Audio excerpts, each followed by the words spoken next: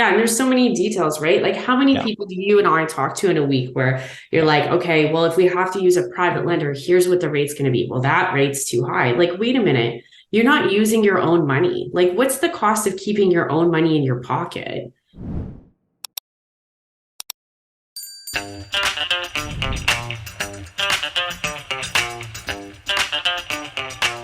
Welcome to Real Stories in Real Estate with your host, Denise Laframboise. Real people sharing real stories about their adventures in real estate. Hey there, it's Denise Laframboise, and today I have Sai Lee with me. Welcome. Hey, Denise, how's it going? Good. So, you are my favorite property flipper. So we're going to talk a little about flipping properties. How many properties do you think you flipped? Flipped. So last time I counted, it was 27 without using any of my own money. And that doesn't even include, my rentals, my fix and flips. I even bought land before where I built a property on as well. But if we're talking no money down deals, like no money out of my own pocket, 27. Perfect. Okay. So, let's get into, so simple things. When we're talking about flips, what are we talking about?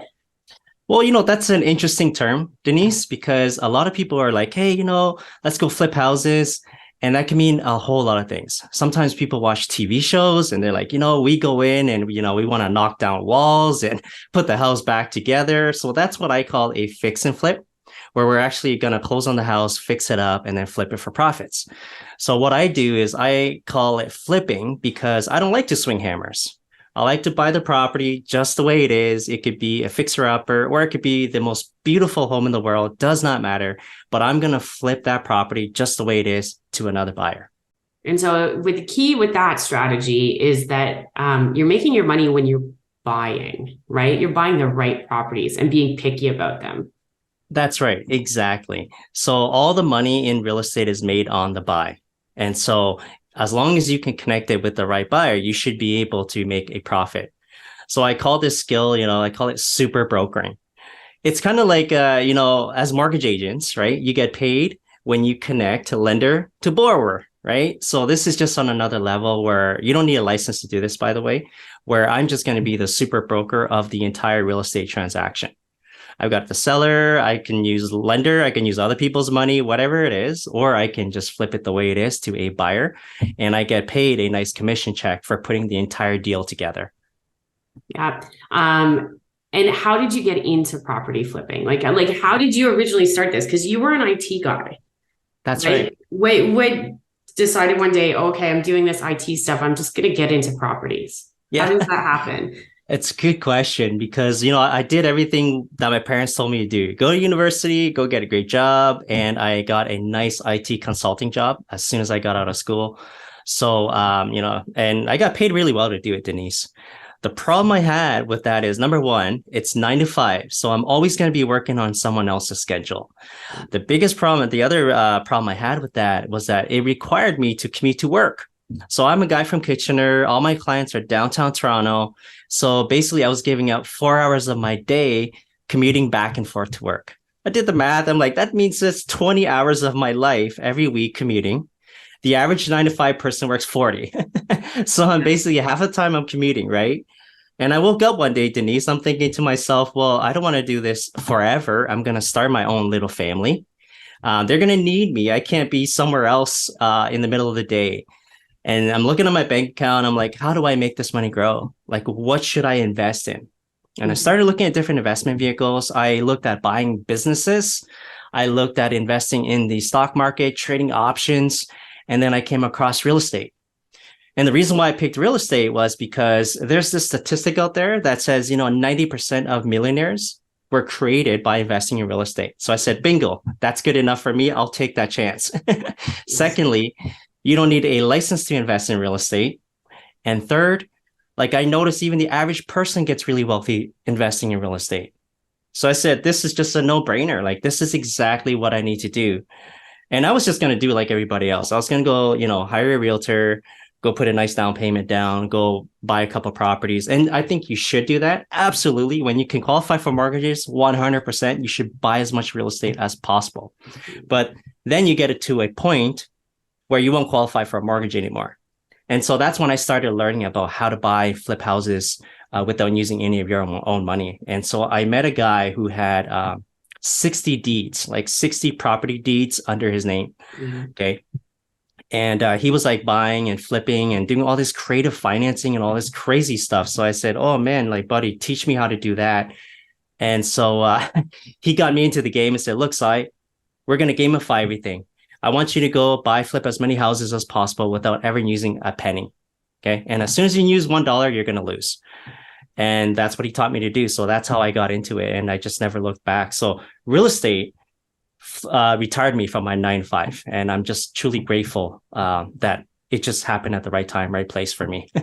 Yeah. And it's funny, like mine was the same, right? I'm working like shift work, but similar, right? Thinking, okay, hourly, by the time I come in here all the time and pay extra daycare so I can work all these extra shifts, like we're toast. I'm not making anything. And it was investing in real estate that gave me the financial freedom I needed to be able to start my own business. Like absolutely, really couldn't move forward without it. And exactly like you said about like even the average person makes money in real estate. Like I always challenge people to like go ask your grandparents what made them the most money in their lives.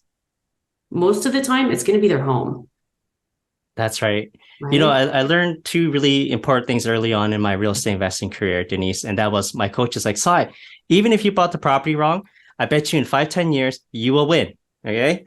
Plus, in my 10 years of investing in real estate, I've never, ever met somebody who was sad or upset because they bought a house 10 years ago.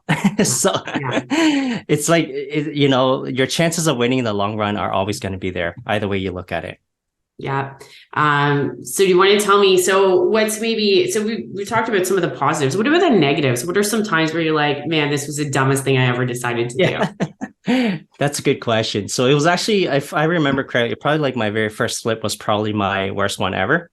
And the reason why is because you know how I am, Denise. I'm one of those guys, like if I do something, I'm all in, right? So I picked up this property as my first flip.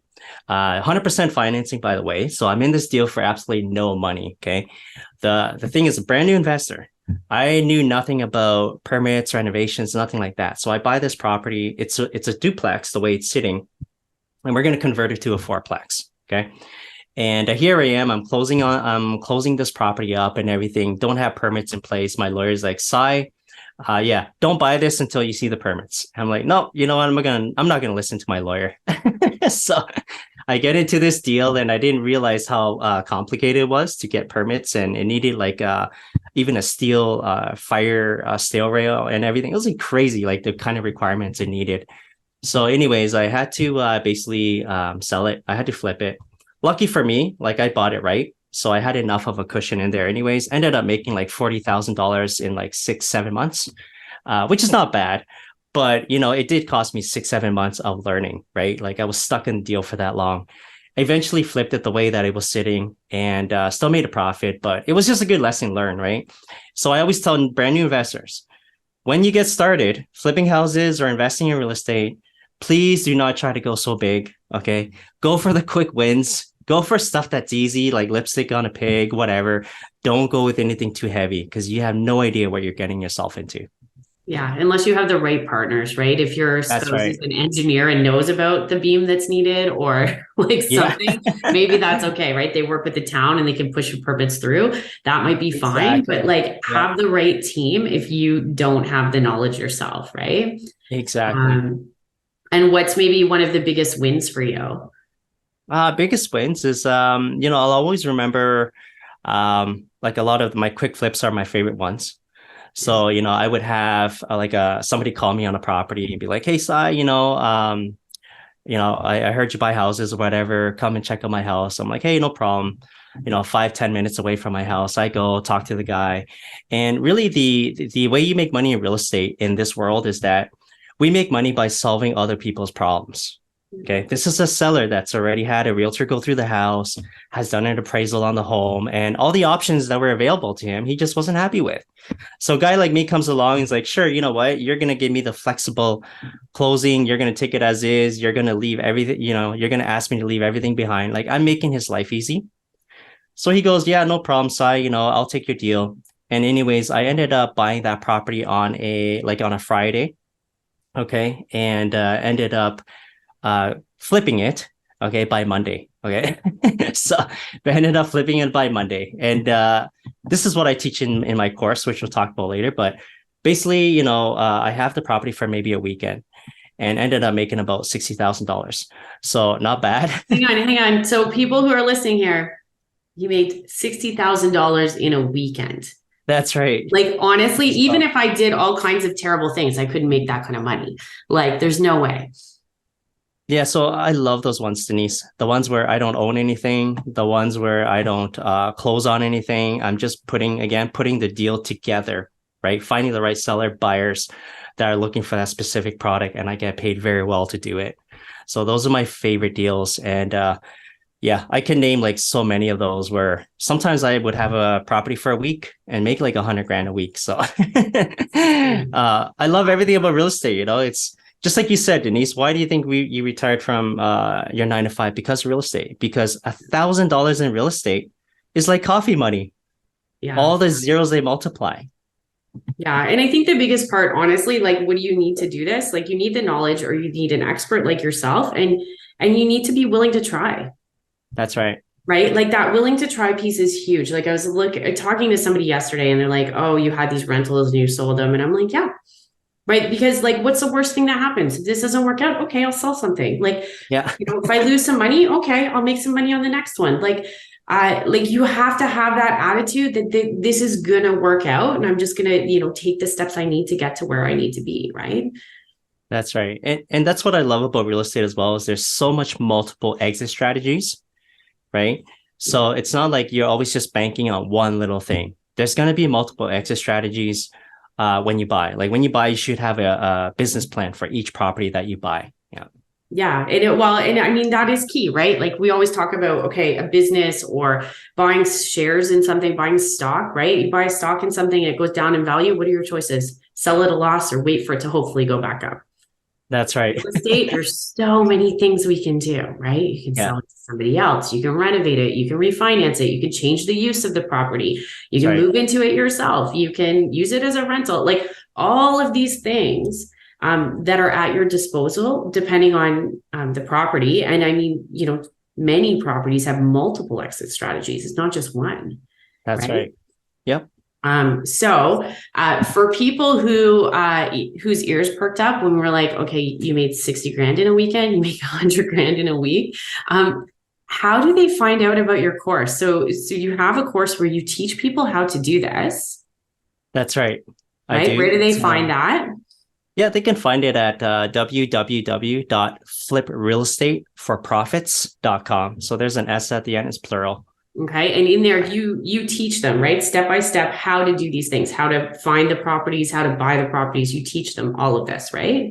All of it. So I teach them the exact system I use, but it's also important, Denise, because I teach them the actual foundation of understanding how a real estate transaction is put together. Okay. And that's key, because when you understand how all the pieces fit, like even if you wanted to go get financing or you knew somebody else to get financing, as long as you understand what works with what, all of a sudden you're like the super broker, you're the architect of the entire deal. Okay. That's what a lot of people miss out on, is that they don't understand how it's actually being transacted on the back end, right? I even teach them as basic as like, how do you write an offer? Right? Because every single offer that you see for the rest of your life when you're buying real estate, like, you should actually know what's in there and what you're actually signing. It's crazy because people will just sign stuff and be like, yeah, I'm buying a house. No, like, we need to know exactly what's in there and how it's going to protect you. Yeah. And there's so many details, right? Like, how many people do you and I talk to in a week where you're like, okay, well, if we have to use a private lender, here's what the rate's going to be. Well, that rate's too high. Like, wait a minute. You're not using your own money. Like, what's the cost of keeping your own money in your pocket and using someone else's? So, like, the rate is not necessarily the important thing. We're looking at cash flow, how long you're going to own something, what it's going to make for you, and what you personally had to leverage to make that happen. Right? That's right. Yep. Like, if you know your numbers, like, the numbers never lie.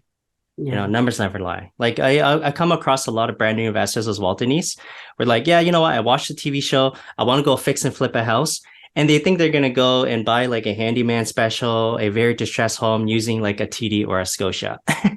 And I'm like, no. Like, this is why we got to stay away from the TV shows, because you're not going to get TD on Scotia But it or looks Scotia perfect. finances. Well, or you know what? That house doesn't need enough work if they're actually going to do it, right? Like our banks like pristine move-in properties. If you're going to make a lot of money, it's going to be something where somebody started to renovate it and then failed. Like it's going to be gutted. It's going to have mold in it. It's going to have things in place that our banks don't like. Exactly. So Right? that's what everybody gets out of the course, is they basically get, 10 years of knowledge dumped into, a super training where, they can go out and literally look at anything and know whether it's a good deal or not. And the other thing I love about you is it's not just like a course and then it's done. Like you stay with them, right? They get access to you. They can run things by you. It's a bit of a community, right? It is 100%, because I've invested myself over the years tons and tons of times. I've seen how courses are all structured. So what I'm throwing in is that, look, what we do is we call it a question and answer every 2 weeks for literally 12 months. Imagine that. Like, I got your back for 12 months, every 2 weeks. And the reason why is because I noticed that a lot of real estate investors out there, one of the reasons why they fail is because they try to do it on their own. Like, all of a sudden when they need their coach, the coach is not there. It's like, no, you bring me the deals. We're going to have calls every 2 weeks. Bring them. Let's run the numbers live. Like, I'm going to show you exactly my thought process on that deal. And we do it live, like right on the spot, because repetition is what makes people successful, right? Let's do it so many times that when you look at a deal, you're going to know how to do it yourself. Because whenever I analyze properties, I literally write it on a white piece of paper. Yeah, but I love that, because I find there's so kinds of people who come to us and say, here, I paid for this course and here's what I want to do.